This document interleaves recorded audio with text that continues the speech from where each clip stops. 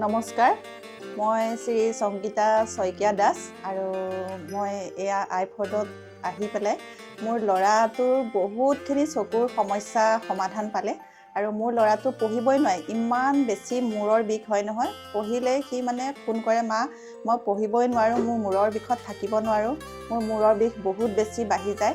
তাৰপাছত কি কৰিমকৈ ভাবি থাকোঁতে মোৰ মিষ্টাৰে মোবাইলত দেখা পালে ফেচবুকত আইফৰ্ডৰ এটা ভিডিঅ' আৰু সেই ভিডিঅ'টো চাই আমি আইফৰ্ডত আহিলোঁ। অহাৰ পাছত তাক দেখুৱালোঁ ছাৰক আৰু ছাৰে চাই পেলাই যিখিনি ট্ৰিটমেণ্ট দিলে সেই ট্ৰিটমেণ্টখিনি কৰি মোৰ ল'ৰাটো একদম সেই সমস্যা সমাধান হৈ গ'ল। আৰু ছাৰে বেছি মেডিচিন দিয়া নাই, খালি এটা ড্ৰপাৰ দিছে চকুত লগাবৰ বাবে আৰু ছাৰে এক্সাৰচাইজ দিলে আৰু এক্সাৰচাইজটো এইটো দিছিলে, এইটো এক্সাৰচাইজ এনেকৈ পেলাই কৰিব লাগে, ছাৰে কেনেকৈ কৰিব লাগে ল'ৰাটোক শিকাই দিছিলে। আৰু এই এক্সাৰচাইজটো মাত্ৰ এমাহ কৰিছে, এমাহ কৰাৰ পাছতে তাৰ পঢ়িলে মূৰৰ বিষটো যিটো হয় একেবাৰে নাইকিয়া হৈ গ'ল। একো মেডিচিন নোখোৱাকৈ অকল এক্সাৰচাইজত মোৰ ল'ৰাই পঢ়িলে মোৰ যিটো মূৰৰ বিষৰ সমস্যা আছিলে সেই সমস্যাটো নাইকিয়া হৈ গ'ল। গতিকে মই আপোনালোকক জনাওঁ যে ল'ৰা ছোৱালীৰ যদি আপোনালোকৰ পঢ়িলে মূৰ বিষায় তেতিয়াহ'লে বিষৰ টেবলেট খাই থকাটো বেছি ভাল নহয়। আপোনালোকে বিষৰ টেবলেট নোখোৱাব, এই আইফৰ্ডত ছাৰৰ ওচৰলৈ আহিব, ছাৰে আপোনালোকৰ ল'ৰা ছোৱালীক ট্ৰিটমেণ্ট দিব বা ডাঙৰ মানুহো যদি আপোনালোকৰ মূৰৰ বিষ হৈছে, মূৰৰ বিষৰ টেবলেট নাখায় আপোনালোকে ছাৰৰ ওচৰত আহিব, ছাৰৰ ট্ৰিটমেণ্ট দিব।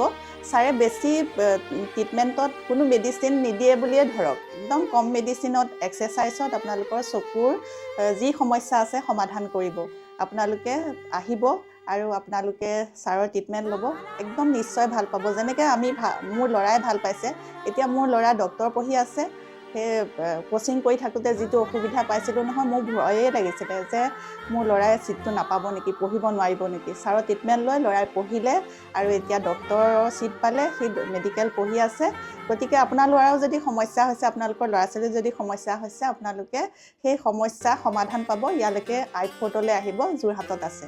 আৰু লগতে আৰু এটা সমস্যা হৈছিলে, ল'ৰাটো লাহে লাহে চকুৰ পাৱাৰটো কমি গৈছিলে। তাৰপাছত ছাৰে ট্ৰিটমেণ্টটো যিটো দিলে সেই এক্সাৰচাইজ ট্ৰিটমেণ্টটোতে তাৰ পাৱাৰটো, যিখিনি পাৱাৰ কমি গৈছিলে সেইখিনি পাৱাৰ আকৌ সম্পূৰ্ণ আহি গ'ল। আৰু আপোনালোকে আহিবলৈ হ'লে ইয়াৰ এড্ৰেছটো জানিব লাগিব। আৰু আপোনালোকে এই এড্ৰেছটো লৈ ল'ব, যোৰহাটৰ ইলাইট গেছ এজেঞ্চি তৰাজানত আছে এইটো। আপোনালোকে সেই গেছ এজেঞ্চি, ইলাইট গেছ এজেঞ্চিৰ লগতে আইফৰ্ড আছে, আইফৰ্ডলৈ আহিব পাৰিব এইটো এড্ৰেছতে।